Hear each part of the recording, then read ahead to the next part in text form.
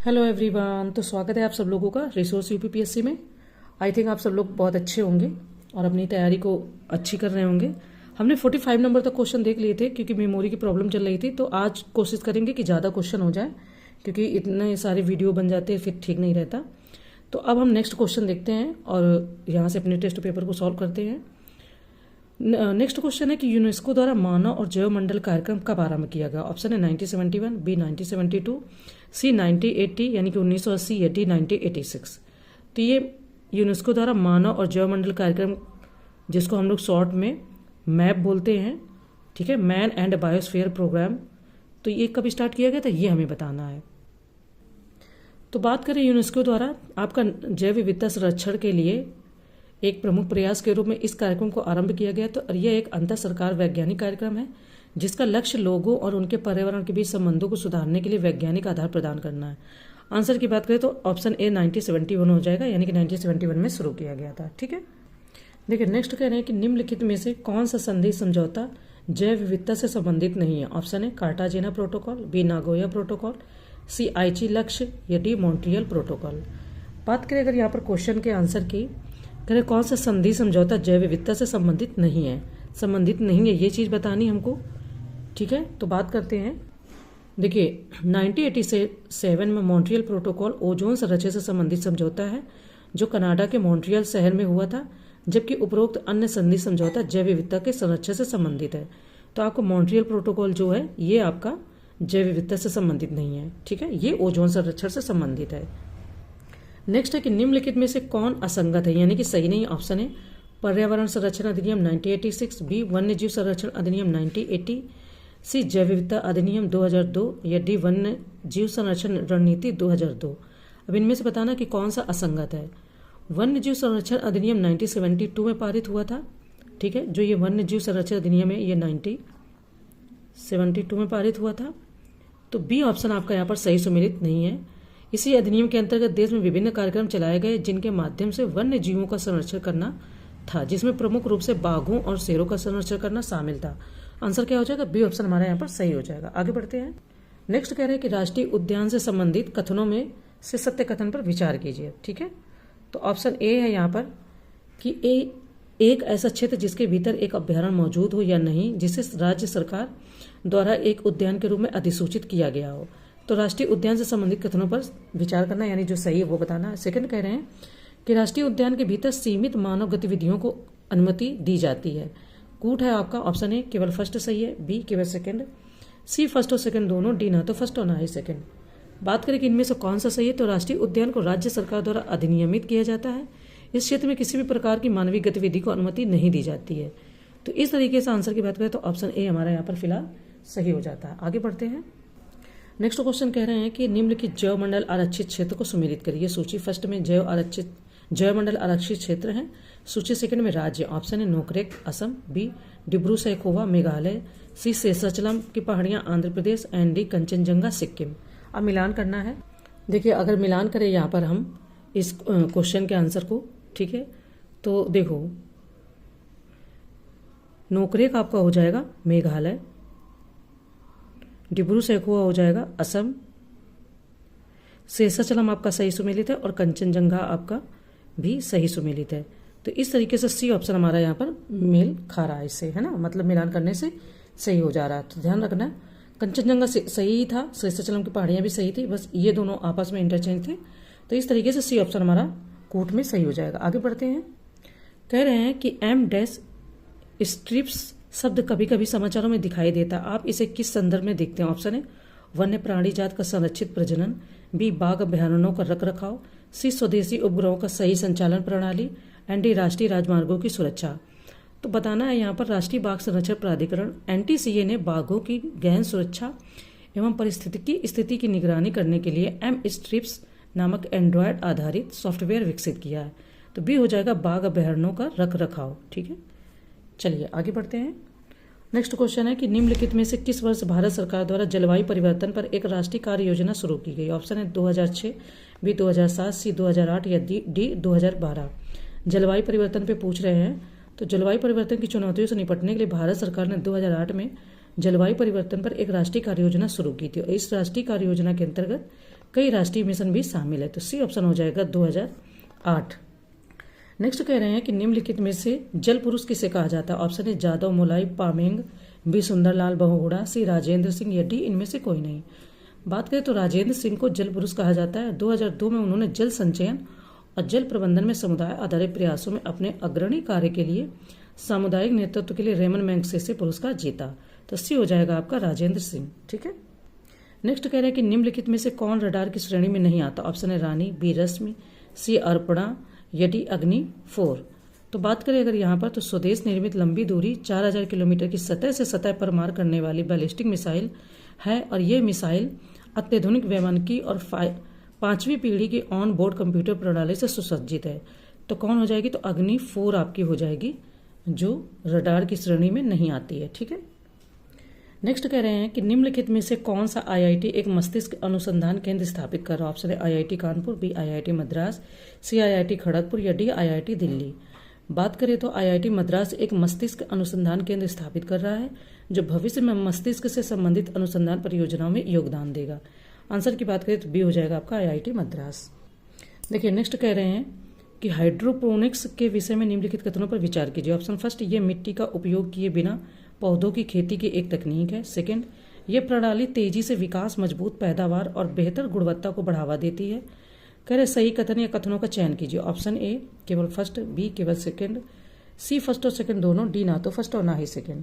बात करें तो हाइड्रोपोनिक्स बागवानी का एक प्रकार है जो जलीय विलायक में खनिज पोषक तत्वों के विलयनों का उपयोग करके पौधों फसलों को उगाने का तरीका है। आंसर की बात करें तो सी हो जाएगा फर्स्ट और सेकंड दोनों है। देखिए कह रहे हैं कि निम्नलिखित में से किस संगठन ने व्योम मित्र नामक भारतीय रोबोट विकसित किया। Option A CDAC Pune, B ISRO, C TIFR and D DRDO। देखिए बात करें व्योम मित्र शब्द संस्कृत भाषा के दो शब्दों व्योम और मित्र से मिलकर बना है जिसका अर्थ क्रमशः अंतरिक्ष और मित्र होता है। यह इसरो द्वारा निर्मित half humanoid female robot prototype है। तो आंसर क्या हो जाएगा, बी आपका इसरो। ठीक है, चलिए आगे बढ़ते हैं। देखिए नेक्स्ट क्वेश्चन है कि निम्नलिखित में से किस वर्ष गेल यानी कि gas authority of India limited की स्थापना हुई थी। ऑप्शन है 1974, बी 1975, सी 1984 या डी 1985। बात करें तो गेल की स्थापना आपकी 1984 में हुई थी। मूलतः यह समन्वित प्राकृतिक गैस कंपनी जो प्राकृतिक गैस तथा इससे संबंधी अन्य उत्पादों, प्रोपेन और पेंटेन सेवाओं की खोज, उत्पादन, परिवहन, पेट्रोलियम प्रसंस्करण, वितरण और विपणन सहित गैस आपूर्ति एवं मूल्य श्रृंखला के सभी पहलुओं पर ध्यान केंद्रित करती है। अगर बात करें तो आंसर आपका 1984 में गेल की स्थापना हुई थी। ओके, चलो आगे बढ़ते हैं। कह रहे हैं कि नुमालीगढ़ रिफाइनरीज लिमिटेड कहाँ स्थित है। ऑप्शन है Odisha, B Maharashtra, C Gujarat and D Assam. तो नुमालीगढ़ रिफाइनरी की बात करें तो आई थिंक आपको पता होगा आंसर। पहले आप आंसर दे दीजिए फिर मैं आपको बताती हूँ। आई थिंक आपने आंसर दे दिया तो आपको आंसर से पता ही चल गया होगा कि नुमालीगढ़ रिफाइनरी आपकी असम में स्थित है और ये रिफाइनरी भारत पेट्रोलियम कॉर्पोरेशन की सहायक है। यह घरेलू तेल शोधन के लिए प्रसिद्ध है। तो डी हो जाएगा आपका असम में। ठीक है, नेक्स्ट कह रहे हैं कि निम्नलिखित में से कौन गैर परंपरागत ऊर्जा का स्रोत नहीं है। ऑप्शन है बायोमास, बी कोयला, सी पवन चक्कियां या डी सौर ताप। सिंपल है, कौन परंपरागत ऊर्जा का स्रोत नहीं है तो इनमें से कौन सा स्रोत नहीं है। कोयला देश में ऊर्जा का प्रमुख स्रोत है और देश की व्यवसायिक ऊर्जा की खपत में इसका योगदान 67%। देखिए बात कर रहे थे हम लोग कि कोयला देश में ऊर्जा का प्रमुख स्रोत है और देश की व्यावसायिक ऊर्जा की खपत में इसका योगदान 67% है। इसके अलावा यह इस्पात और कार्बो रासायनिक उद्योगों में भी काम आने वाला आवश्यक पदार्थ है। यहाँ कहा था कि निम्नलिखित में से कौन गैर परंपरागत ऊर्जा का स्रोत नहीं है, यानी कि परंपरागत ऊर्जा का स्रोत कौन सा ये बताना है। तो गैर परंपरागत क्योंकि क्वेश्चन को थोड़ा अलग करके पूछा है, आंसर हमारा यहाँ पर क्या हो जाएगा, तो आंसर हो जाएगा बी कोयला। आगे बढ़ते हैं, नेक्स्ट क्वेश्चन देखते हैं। कह रहे हैं नेक्स्ट क्वेश्चन में कि किस भारतीय संस्था ने प्रोजेक्ट प्राण के नाम से एक गहन देखभाल इकाई ICU ग्रेड वेंटिलेटर विकसित किया। ऑप्शन है भारतीय विज्ञान संस्थान, B AIIMS, C IIT Delhi and D IIT Meghalaya. बात करेंगे यहाँ पर देखिए भारतीय विज्ञान संस्थान IISc में इंजीनियरों की एक टीम ने प्रोजेक्ट प्राण के नाम से एक गहन देखभाल इकाई यानी कि ICU ग्रैंड वेंटिलेटर विकसित किया है। आंसर की बात करें तो आपका हो जाएगा भारतीय विज्ञान संस्थान। आगे बढ़ते हैं। देखिए नेक्स्ट क्वेश्चन है कि जेमिनी का पूर्ण रूप क्या है। ऑप्शन है Gagan enabled mariners instruments for navigation and information. B है gas enabled mariners instruments for navigation and information. C है graph enabled mariners instrument for navigation and information. या डी इनमें से कोई नहीं। बात करें जेमिनी के जो पूछ रहे हैं जेमिनी का पूर्ण रूप क्या है यानी फुल फॉर्म क्या है, तो जेमिनी का फुल फॉर्म जो हो जाएगा वो हो जाएगा आपका Gagan enabled mariners instrument for navigation and informations. तो ऑप्शन ए यहाँ पर फिलहाल सही हो जाएगा। नेक्स्ट है कि पुरालेख विधा से क्या तात्पर्य है। What is the meant by epigraphic method. Option A शिलालेखों का अध्ययन, बी कंकालों का अध्ययन, सी मानचित्रों का अध्ययन या डी सिक्कों का अध्ययन। बात करें अगर यहाँ पर हम देखिए कह रहे हैं कि कठोर या स्थायी सामग्री पर उल्लिखित सामग्री के अध्ययन को पुरालेख के रूप में जाना जाता है। आंसर की बात करें तो ऑप्शन ए हो जाएगा शिलालेखों का अध्ययन। ठीक है, देखिए नेक्स्ट क्वेश्चन है कि न्यून तापमानों यानी कि क्रायोजेनिक्स का अनुप्रयोग होता है। ऑप्शन ए तापमानों यानी कि क्रायोजेनिक्स का अनुप्रयोग होता है। ऑप्शन ए अंतरिक्ष यात्रा शल्यक्रम एवं चुंबकीय प्रोत्थापन में, बी शल्यक्रम चुंबकीय प्रोत्थापन एवं दूरमिति में, सी अंतरिक्ष यात्रा शल्यक्रम एवं दूरमिति में, या डी अंतरिक्ष यात्रा चुंबकीय प्रोत्थापन एवं दूरमिति में। तो देखते हैं कि इसमें से क्या होता है। बात करें यहाँ पर हम अंतरिक्ष कार्यक्रम के लिए विशेष रूप से GSLV में और बैलिस्टिक प्रक्षेपास्त्रों के लिए रॉकेट प्रणोदन के रूप में क्रायोजेनिक इंजन का प्रयोग होता है। आंसर क्या हो जाएगा, ऑप्शन ए आपका यहाँ पर। ठीक है, देखिए नेक्स्ट कह रहे हैं कि अंतरिक्ष को निम्नलिखित में से किससे इंगित करते हैं। ऑप्शन है जहां गुरुत्वाकर्षण और गैसों की मात्रा प्रचुर हो।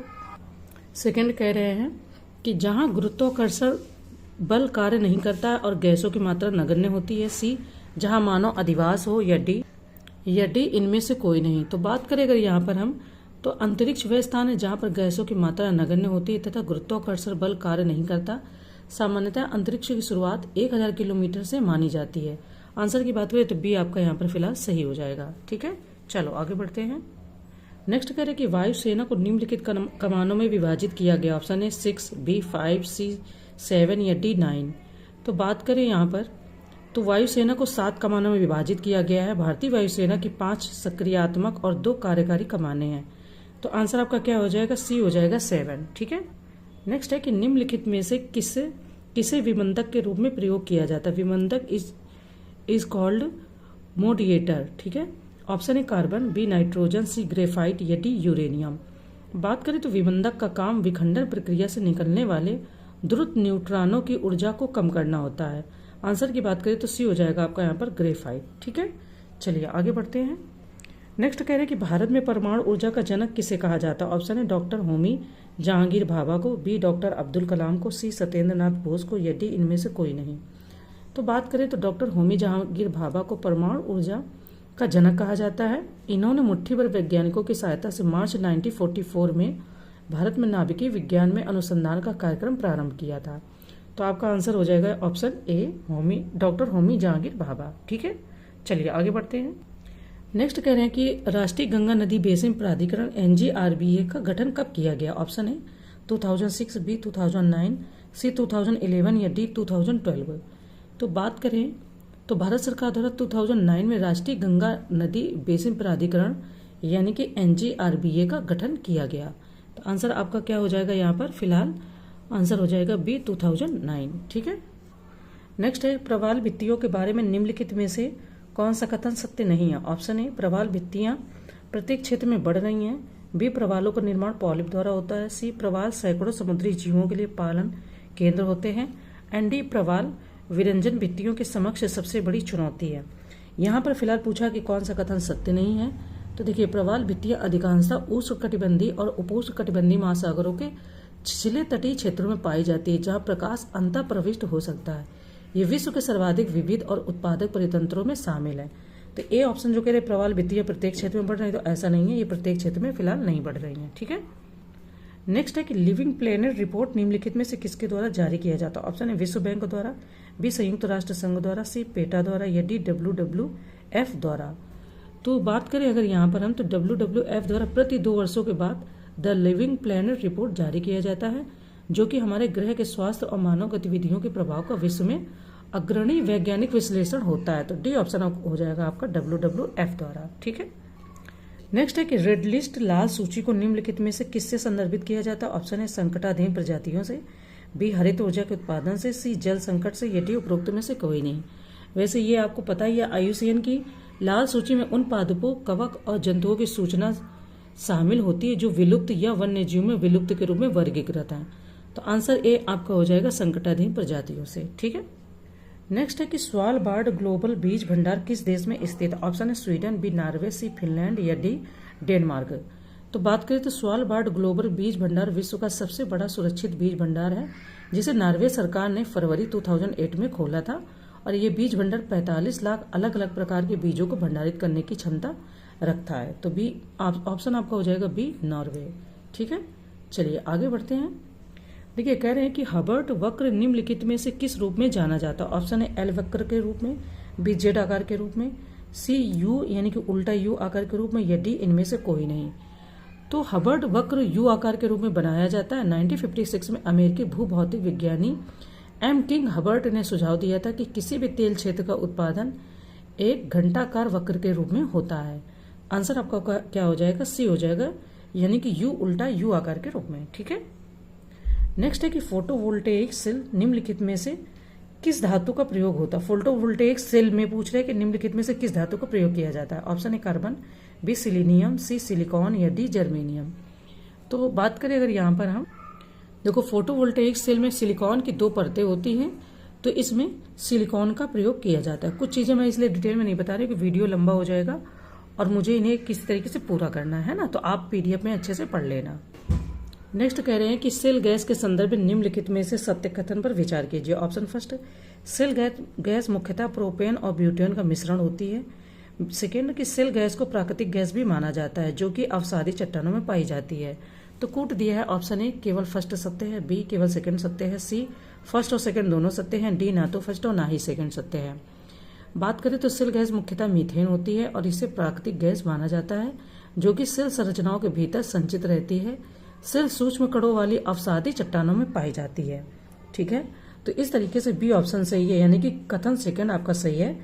पहला गलत है, क्योंकि इन्होंने प्रोपेन और ब्यूटेन के मिश्रण की बात की है, जबकि सेल गैस मुख्यतः मीथेन होती है। ठीक है, सेल गैस में मुख्यतः मीथेन ही होती है, प्रोपेन या ब्यूटेन नहीं होती है। तो इस तरीके से बी ऑप्शन हमारा सही है, फर्स्ट हमारा गलत हो जाएगा। ठीक है। नेक्स्ट है कि निम्नलिखित भूतापीय क्षेत्र में कौन असंगत है? ऑप्शन है पूगा घाटी Ladakh, B Jalgaon Maharashtra, C Tapovan Gujarat, and D Tatapani Chhattisgarh. अब कह इसमें से कौन सा सही सुमेलित नहीं है?